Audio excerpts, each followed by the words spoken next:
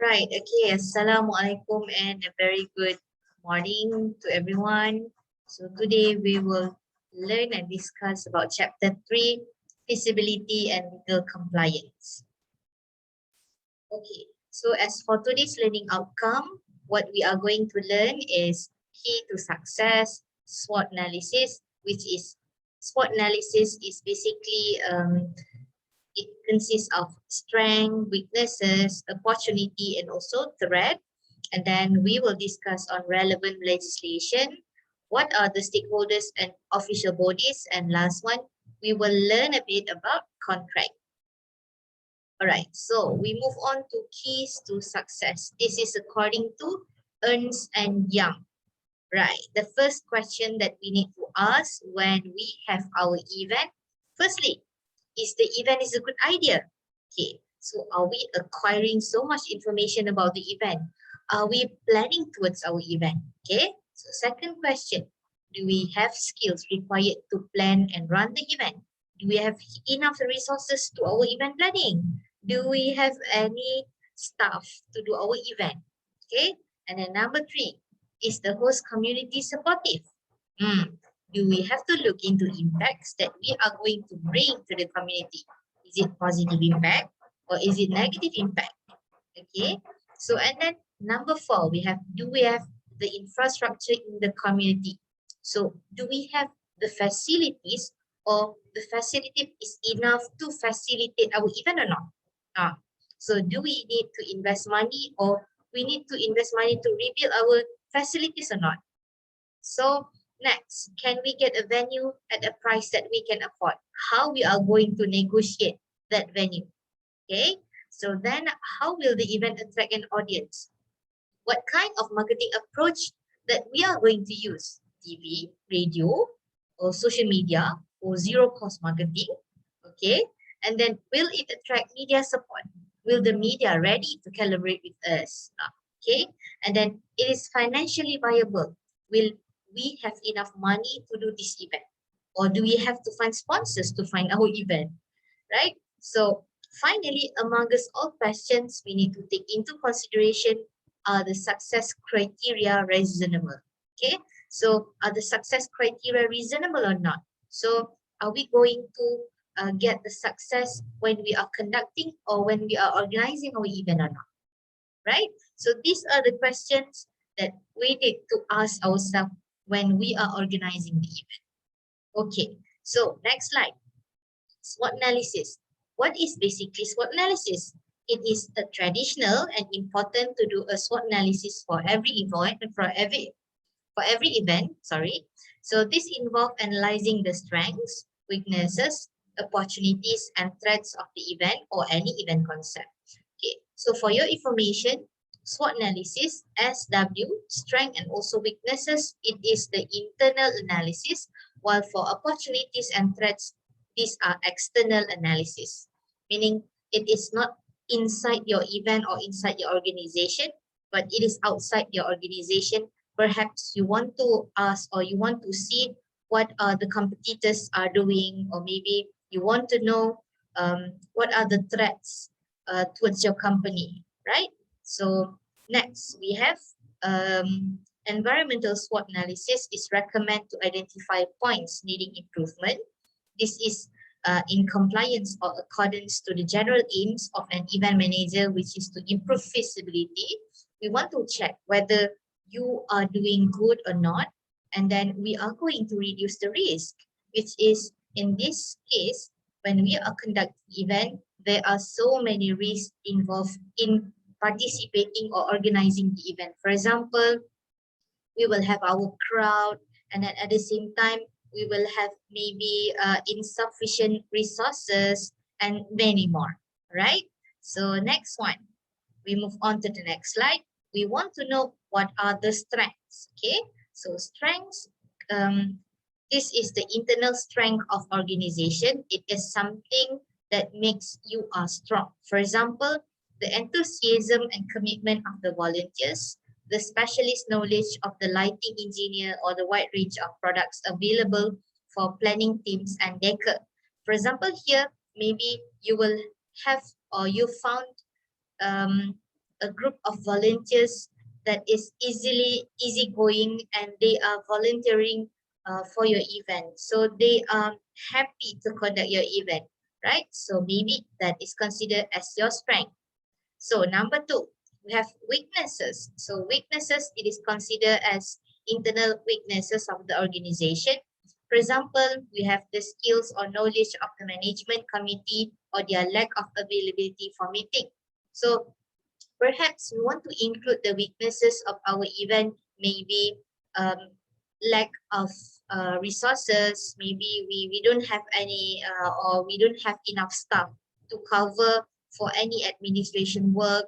And then maybe we can include for the weaknesses, we can include in terms of marketing. So in terms of marketing, we don't have enough time to find sponsors, and at the same time, our marketing is or our marketing department, they don't have enough time to promote our event.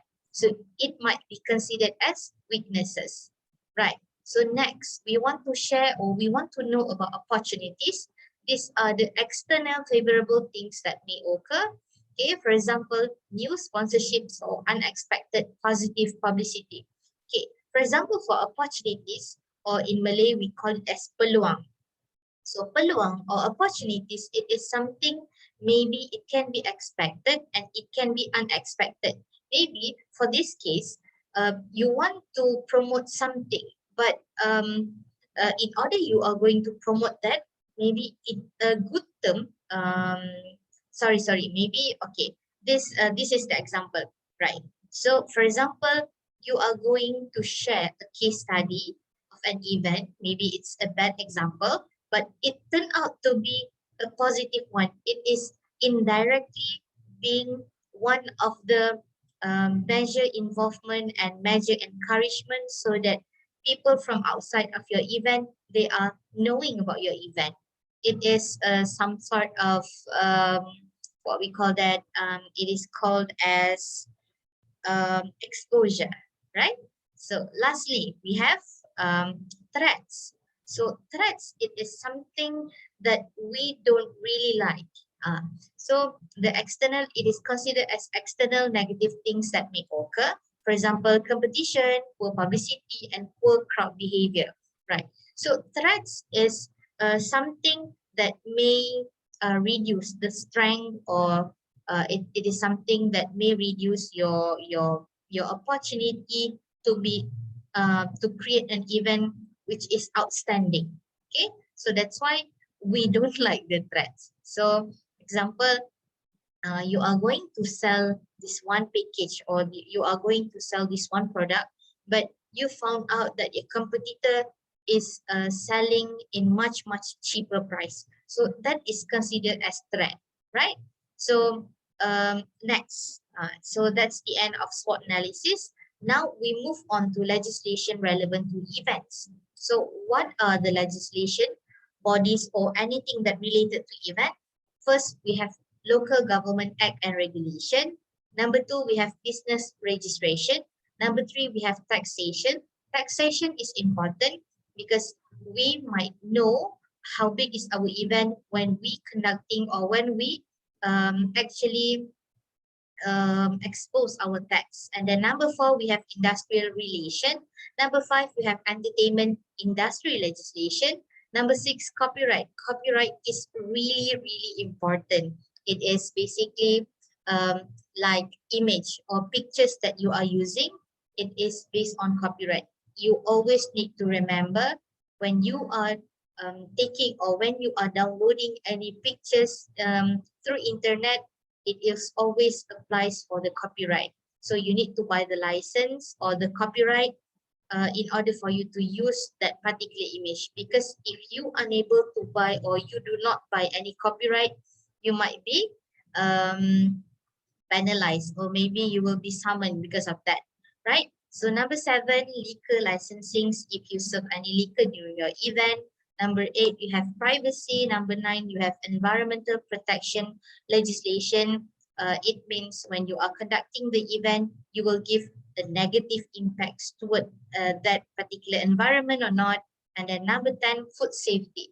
Food safety, it comes in many terms. For example, when you are serving your food, is your food clean or not? And then is the participant or other participants are going to have food poison because of your food that you serve or not? Okay, so that are some legislation regarding food. And number 11, we have charitable fundraising legislation. And number 12, occupational health and safety, or known as OSHA. So is there any safety measurement that you are going to do when you are organizing the event for your staff? Okay. And then lastly, we have workers' compensation insurance. Insurance is very important to take when you are conducting event, because it might be something that we don't know. It might be something unexpected occurred during that event. Okay, next we move on to stakeholders and official bodies. So what are the stakeholders and official bodies related to this event? First, we have traffic and transport authorities.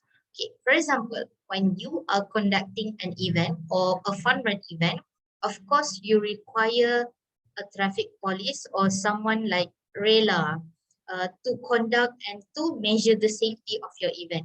And then you need transport authorities. For example, when you are doing an event, you have put or you have located this one space, or mm, you have put this one space especially for parking, and you are going to take people from that parking, from that spot, by using your shuttle towards your event. So that is, maybe you need the transport authorities in order for them to carry out or to take your customers from the event or from the parking place to your event. Okay, and then number 2, we have emergency services. Maybe we have, when we are conducting an event regarding maybe we require any emergency services like BSM, and then you need the bulan sabit merah, like that. Okay, and then number 3, we have police. So police is a body or government body that is important when you are conducting an event, in case you have any theft, you have any robbery, or in case anything happened during that time. And number 4, we have authorities for park and public places. So it is normally it is conducted by official bodies from state's government or maybe district officer, right? So next, content of agreement or contract. Okay, so when we are going to give a contract to our supplier or anything, these are the things that you need to have in your contract or agreement, because contract and agreement is something that is important when you are conducting an event, because if one of the party or one party, it might be a contract is between party A and party B, okay, or body A or body B, right? So if you have body A or body B, maybe one of the party, they breach the contract. So you might need to check what are the contents of the agreement. Are you going to penalize them or not? Okay. So first, you need to have parties to contract. So parties to contract, maybe it is between 2 parties or maybe it between 3 parties. Okay.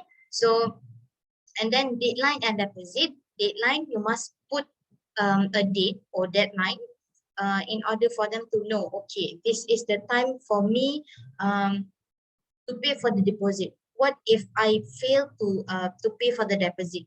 Is there any penalties, or will they release my venue, like that? Okay. Then number 3, specification. For example, space, book, timing, food and beverage, or accommodation. For example, here you want to conduct an event and you need the venue. Okay. So if you need the venue, this is the contract of the venue, and then it mentioned that in that contract you have how many space. Maybe you have rented 3 halls for your event, so it will list down how many halls or how many space that you have booked at the time, and then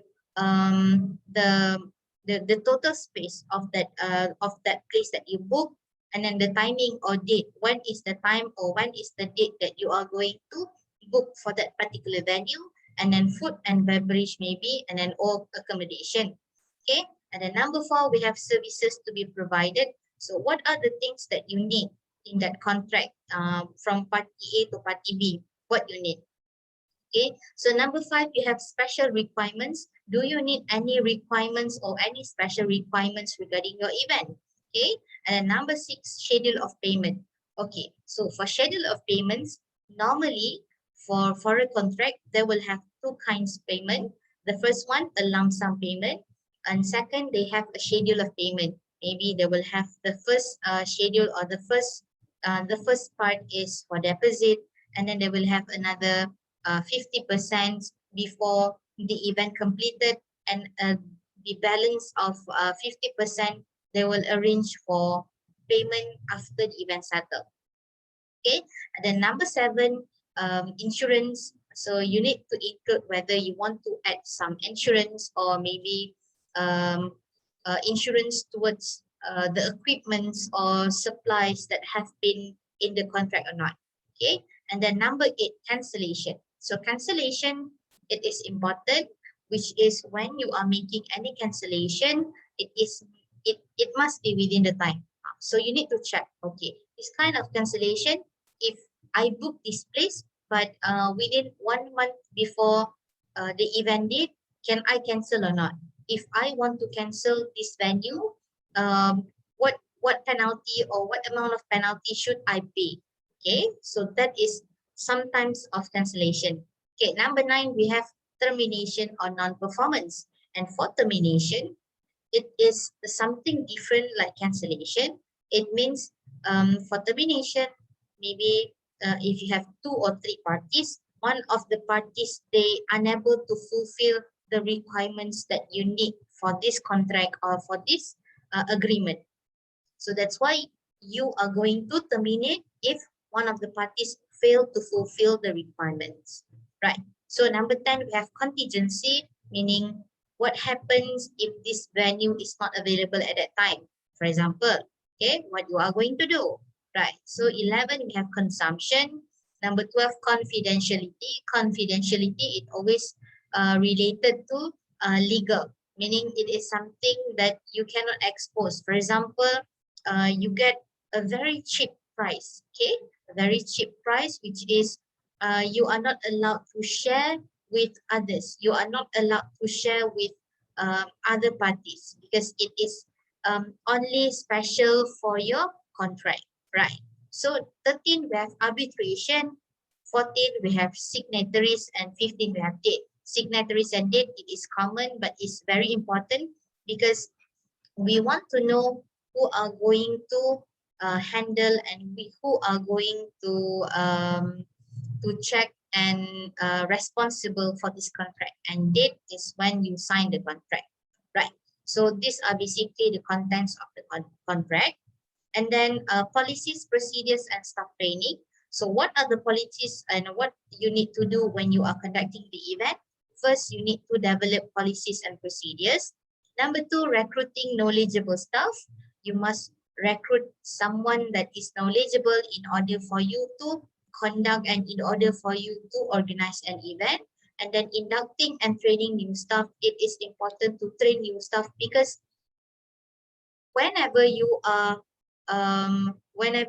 hiring a new staff, in case they are an experienced staff, but at the same time they are not familiar with the system of your organization, so that's why you need to train your new staff. And then reinforcing legal responsibilities in meeting and written communication. So you need to have a proper meeting and a proper communication channel, which is it is not proper when you have to call, when you call upon meeting, you have to call. Okay, it's okay, I will call all the staff. No, it is not proper. So what is the proper channel for online meeting? You need to have online meeting. For example, you will have meeting through Google Meet or Google Zoom, for Zoom, sorry. So you have to record everything. So anything related to event matters in that particular meeting have been recorded, and you can always view them afterwards. Okay, so for formal communication, um, you will need something that is can be the evidence towards any in case or any incidents. So that's why you need to prepare the email, or you need to send the email. It is for formal communication. Okay, but nowadays people are using WhatsApp, and WhatsApp, it boleh lah, it can be some of the communications. Okay, some of the formal communications. Right. So next, we are conducting ongoing risk assessment in relation to non-compliance. So what is ongoing risk assessment? Risk assessment, it is something that you need to always take care when you are going to organize the event. For example, okay, you need to have, or you need to prepare a checklist, you know. So when you have a checklist, you need to check, okay, so do we have our venue? Okay, yes. If the venue, what is the emergency exit or the layout of our venue? Okay, so is there any what we call that, kebocoran dekat atap or not? Okay, so is there any slippery floor or not during that event? So are we going to clean everything, or are we going to clean this mess, like that? Okay, so these are the things that you need to always consider when you are conducting an event. And lastly, we have developing a culture of commitments by employees, volunteers, and supervisor and managers. So a culture of commitment here, it does not mean that you have to work very hard towards the event. So a culture of commitment here, meaning you need to um, nurture, and you need to make everybody in that team very comfortable with your communication, and you must make them what we call that, macam mana it must be something yang semua orang rasa selesa lah. So not necessary, oh you work hard, you kena balik lambat, you kena jadi orang yang berguna untuk event ni, and not necessary like that. Okay, a culture of commitment, if you are given a task and then you complete the task within the time frame or before the time frame, then it's good for you. Okay, but when you are given a task within a time frame, you are unable to complete that task within a time frame, you need to give reasons why you are not going to, or why you had not completed all that task even, right? So next slide, event evaluation process. Okay, so when you are conducting an event, so after the event settle, or maybe before the event settle, what you are going to do? Okay, so these are 6 elements that you need for event evaluation process. So the first one, we have contract. Number 2, we have contract management. Number 3, we have entertainment. Number 4, we have venue. Number 5, we have sponsor. And number 6, sorry, we have broadcast.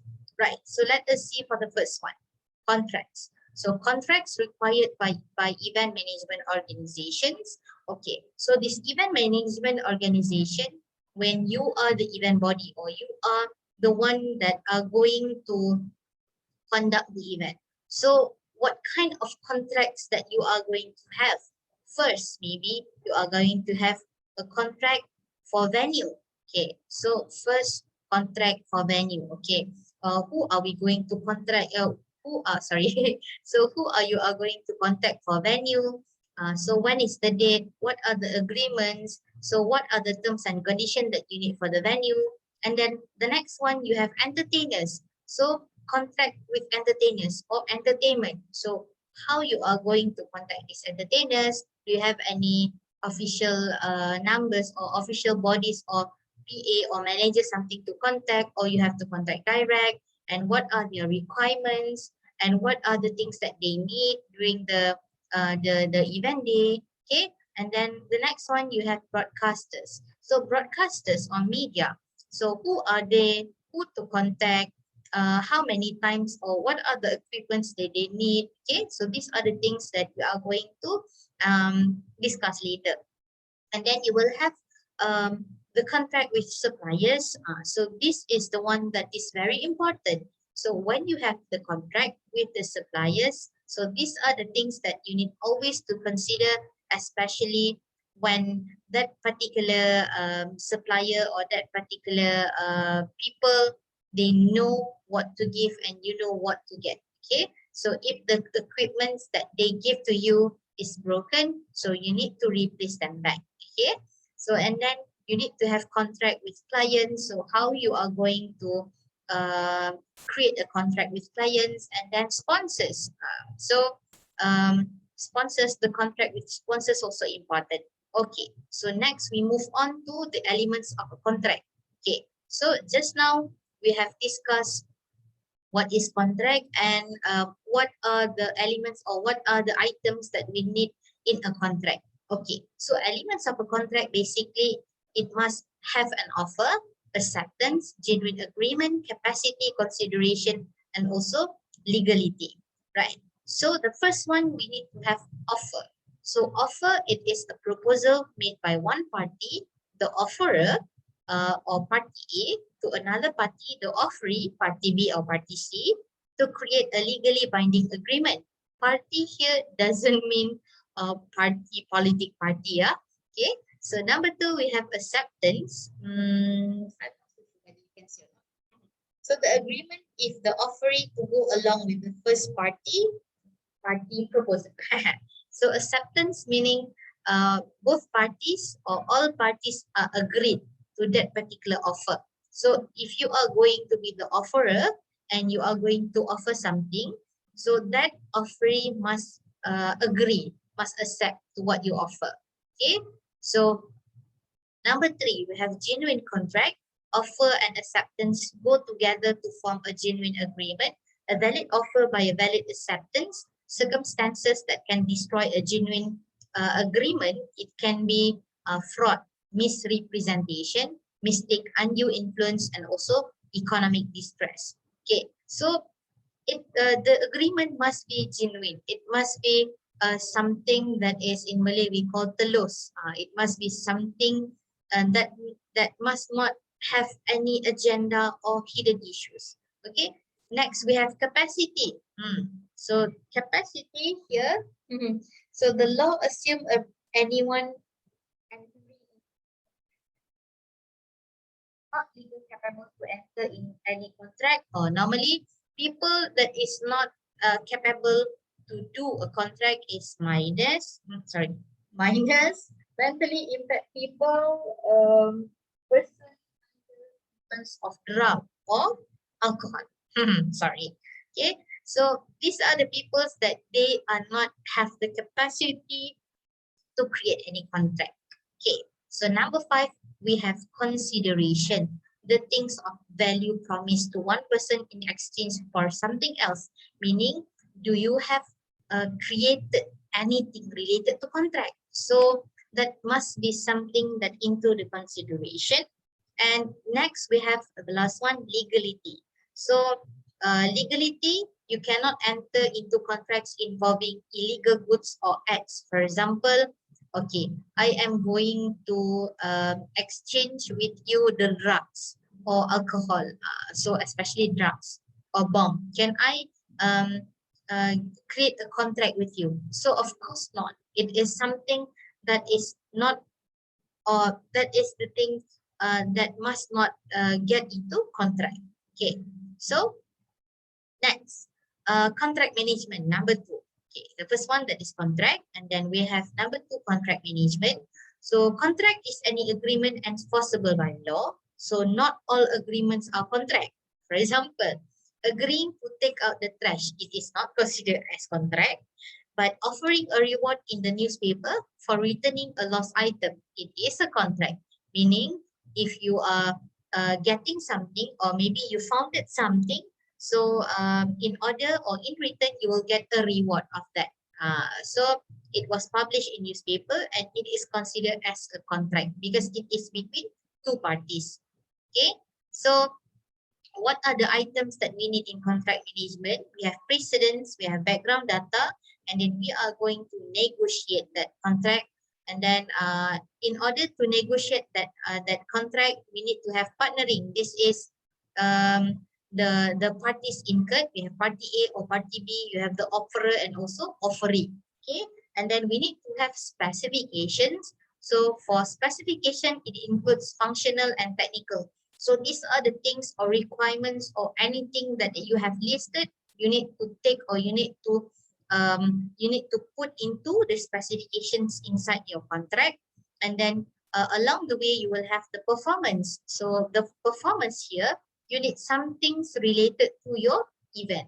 Okay, and then you will create the contract, and lastly administration, variation, claims or control. So these are the things when you have conducted or when you have prepared the contract, and then it will come to administration, whereas both parties will sign and agree to all the contract that has been assigned.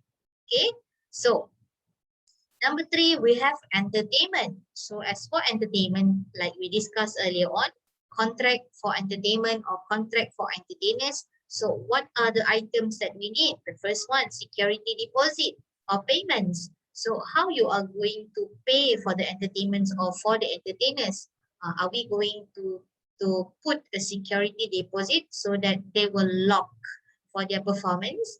And then we have types and total hours performed. For example, you are calling for a VIP, okay, or a famous singer, maybe Datuk Sri Siti Nurhaliza, to conduct or to perform into your event. Okay, so at that time you said, okay, we only need 2 hours of your time to sing at our event, and at that time we will pay you 50,000, for example. Okay, so at that time Toti agreed, and she said, okay, I will perform at your event only 2 hours.